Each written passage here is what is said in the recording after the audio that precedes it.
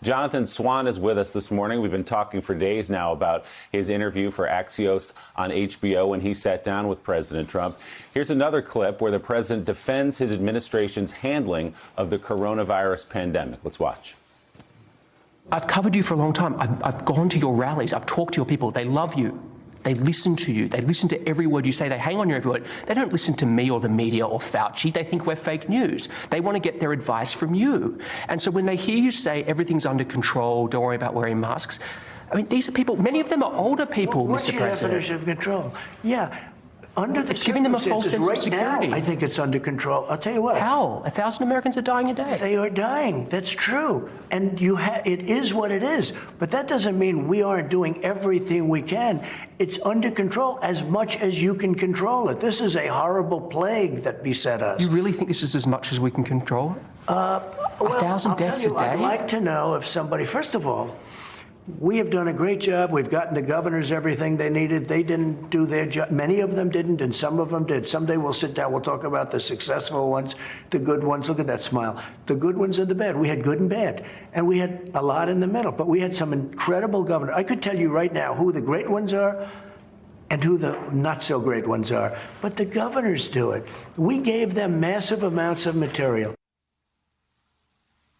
Jonathan, he says it is what it is. He says we've got it under control. And he sort of resorts to the greatest hits when you push him on it, which he said, I gave the governors everything they wanted. That doesn't really get to the core of where we are right now and what the federal government could be doing about this.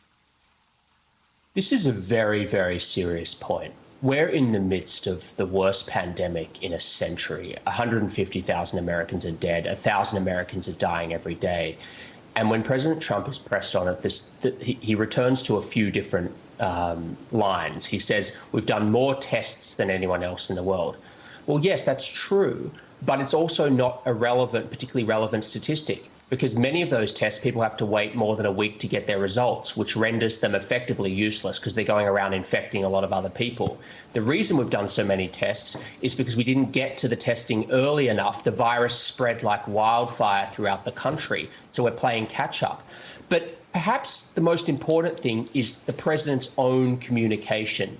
When you talk to public health experts, they will tell you that communication from a leader is the most important thing they can do in a public health crisis. You need credible, fact-based, consistent communication. And this is what I was trying to get at with him in the interview, is, you know, he always wants to sell and to present the most positive spin on things, even if it bears no resemblance to reality.